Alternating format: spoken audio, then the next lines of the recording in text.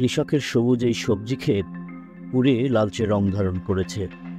পুড়েছে নার্সারির সবজি লতাগুল্ম।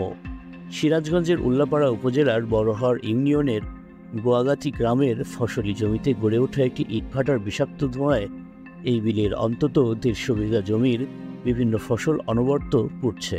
ভাটা যখন গ্যাস ছাড়ে তখন ওই ধোঁয়া আমাদের দিকে চলে এসে আমাদের জমির ফসল পুড়ে যায়, নষ্ট হয় বলতে পুড়েই যায়।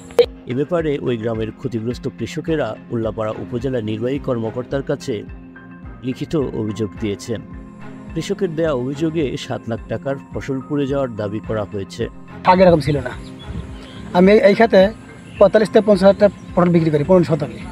এবার মাত্র ৬ হাজার টাকা পটল বিক্রি করছি। একটাই কারণ, যে ভাটার যখন গ্যাসটা ছাড়ছে তখন এইসব গাছগুলো পুড়ে গেছে।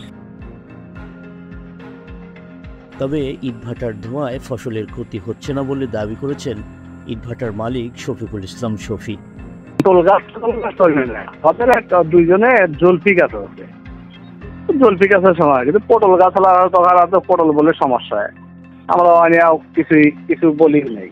কোন রকম যদি কোনো ক্ষতি থাকে যা থাকে এটা আমরা ফেস করব, সমস্যা তো নাই। আমাদের দেখাইতে হবে যে এটা ক্ষতি আছে, আমাদের দেখাইতে হবে, আমরা ফেস করব। ইনভার্টার ধোঁয়ায় কৃষকের সবজি গাছগুলো পুড়ে যাওয়ার বিষয়টিও নিশ্চিত করেছেন উল্লাপাড়া উপজেলা কৃষি কর্মকর্তা সুবর্ণা ইয়াসমিন সুমি। ভাটা আর একটা গ্যাস আছে, গ্যাসটা যখন ছাড়ে বছরে মনে হয় একবার ছাড়ে সম্ভবত অতিরিক্ত গ্যাসটা। ওটা যে দিকটা বাতাস থাকে না, আর বাতাসের সাথে খেয়ে যায়।